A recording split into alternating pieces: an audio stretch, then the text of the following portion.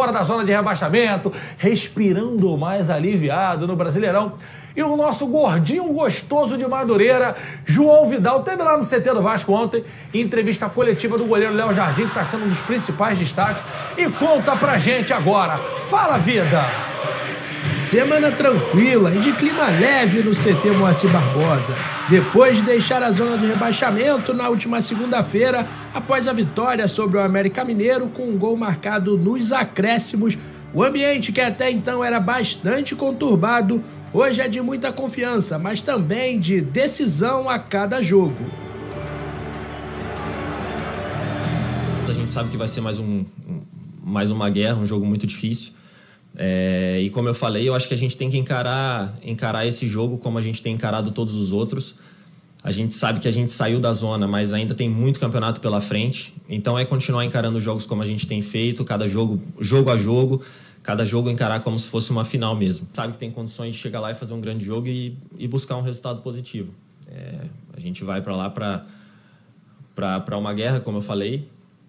A gente sabe que para eles também é uma final. Léo Jardim é um dos jogadores que chegaram no início da temporada no clube. Passou por todos os momentos complicados, dentro e fora de campo, mas sempre acreditou no projeto vascaíno. Não só aqui no Vasco, mas qualquer projeto, a gente sabe que tem um tempo até as coisas começarem a dar certo. A gente sabe que nem tudo vai dar certo logo de cara, de primeira. Então, acho que a maior mudança foi isso, sabe? O nosso trabalho estava sendo feito, a gente estava convicto de que estava sendo feito um bom trabalho e que os resultados iam começar a acontecer. E eu acho que quando eles começaram a acontecer, é claro que aumentou a nossa confiança e as coisas tendem a sair de uma maneira mais positiva também. Paredão. Assim também poderia ser chamado o goleiro vascaíno. Ele é o segundo em defesas difíceis no campeonato e no último jogo contra o América Mineiro operou milagres com a camisa vascaína. Cara, acho que eu falei na minha primeira entrevista aqui que eu vinha para o Vasco para escrever a minha história aqui no clube, para buscar o meu espaço, e o meu pensamento sempre foi o mesmo. Agora, com a confiança em dia e os resultados aparecendo, primeiro é manter os pés no chão para depois voar mais alto na tabela. A gente sabe que nem todos os jogos a gente vai conseguir jogar tão bem ou executar as coisas de forma perfeita, mas eu acho que o mais importante no final de tudo é o resultado e os 3 pontos. Tô olhando aqui o seguinte, impressionante a performance do Léo Jardim, parabéns Vidalzão, obrigado pelas informações do Vasco. Impressionante como vem jogando o Léo Jardim, né? A gente falou aqui do jogo contra o Atlético Mineiro, que é um jogo decisivo pro Vasco começar a reagir, um lamaçal danado. Nas últimas partidas também o Léo vem muito bem. Antes da gente entrar em Vasco da Gama, eu quero aproveitar para mandar um super beijo pro Francisco, de 9 anos, que mora em Brasília, que é um afilhado da tia Meg, maravilhosa. Eu encontrei com ele lá no casamento do André.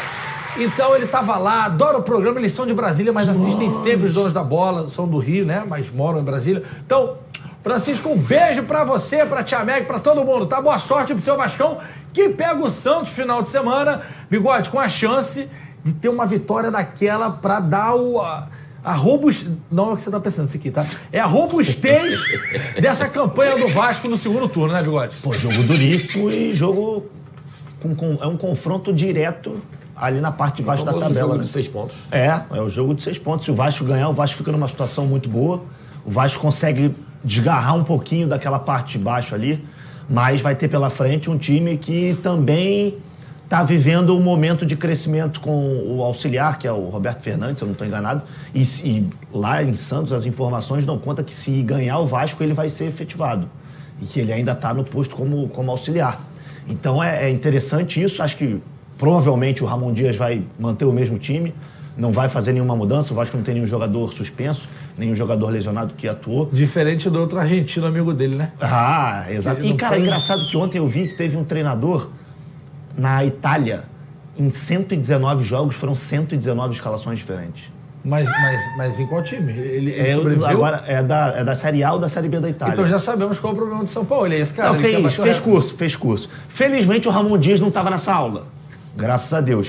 Porque você, num momento como esse, você conseguir repetir o mesmo time, e lembrando que o Vasco vem de 3 vitórias consecutivas, 4 vitórias E consecutivas. jogando, quer dizer, jogando bola. contra o América nem tanto, mas é o que eu tô falando. Faz parte. O torcedor quer 3 pontos. Você vai oscilar e ganhou o América, que era também mais um confronto direto, era mais um jogo de 6 pontos. Verdade, Bigode. Então, contra o Santos, óbvio que a vitória é o grande objetivo, a vitória deixa o Vasco numa situação muito boa, mas se o Vasco não perder, eu já acho que dá pra considerar um bom resultado.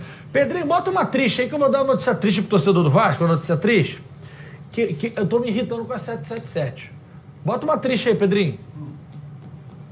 Pedrinho, tá em paciência, Pedrinho? Ou tá em Anchieta? Tá em Anchieta?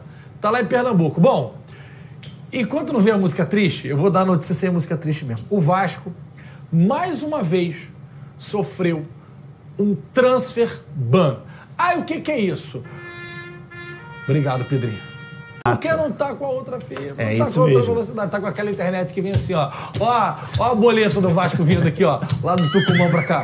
É isso. Se fosse Tim, já tava aqui, Bigode. Ia tá igual o ex-treinador do Flamengo. Exatamente. Rodava. Ali era outra fibra. Ali era outra fila.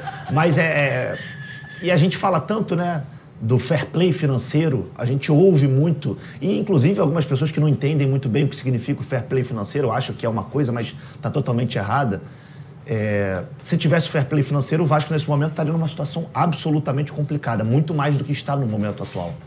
Então é curioso a gente ver que o Vasco nessa janela contratou Verratti, Paulinho, mesmo tendo esses problemas de pagamento. Então, para ficar tudo certo, vamos lá, 777.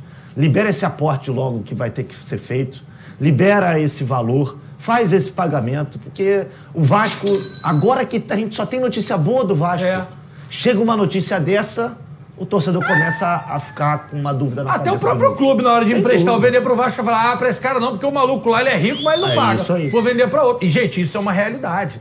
O Vasco hoje, a parte mais difícil, que é o campo e bola, que é azeitar o bagulho, né? Sim. Tá acontecendo. O cara tem dinheiro, paga os empréstimos, paga as comissões, pelo amor de Deus. Cruz credo. Cega, vovó. Vou pro intervalo, né, Jolis? Nesse cargo, nessa chegada dos dois. Ô, Pedrosa, o que aconteceu que o Vasco sofreu o transfer ban da FIFA? Primeiro explica um pouquinho, porque é uma palavra meio feia, né? O que é o transfer ban, Fernanda? Ele é um mecanismo da FIFA anti-calote. Resumidamente é isso. É um mecanismo anti-calote onde os clubes que vendem jogadores, eles esperam receber de acordo com o compromisso que os clubes fizeram entre si. O Vasco não pagou uma parcela do Capasso, não pagou o Pumita e também tem uma pendência em relação ao próprio Léo Jardim com o Lille da França. E isso vem desde o início do ano. Todas as compras que o Vasco fez nessa temporada, tirando, se eu não me engano, a do Orediano, elas foram compras parceladas, o que é uma prática normal no futebol. O problema é, o Vasco atrasou, foi notificado em relação ao Léo Jardim e pagou. Aí venceu outra parcela, não pagou. E os clubes também, o Atlético Tucumã, o Nacional daqui do Uruguai, já tinham entrado. A FIFA dá um tempo para que o clube possa pagar, faz uma notificação e depois dessa notificação, se não pagar, sofre o transfer ban. O que o transfer ban implica? Ele evita e ele proíbe os clubes de registrar novos jogadores. Ou seja, hoje, obviamente a janela está fechada, isso não interfere no Vasco, não tem problema. Mas se o Vasco não pagar esse valor, ele vai para 2024 não podendo contratar e não podendo registrar jogadores. Perigoso, hein? É muito perigoso. Não, e o pior para mim, Fernanda, o maior problema é o seguinte, é o recado que você passa ao mercado. É um recado muito ruim,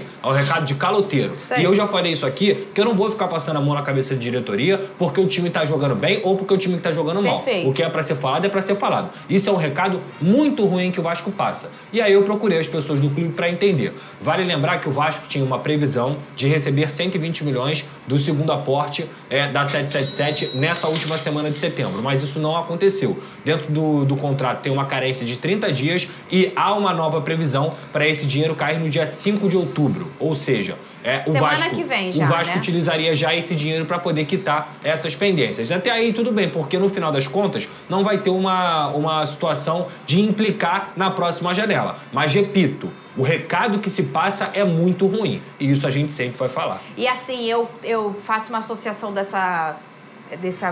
do bico pra cima que o Vasco tem colocado nessa segunda janela, parecida com a que o Botafogo fez no ano passado.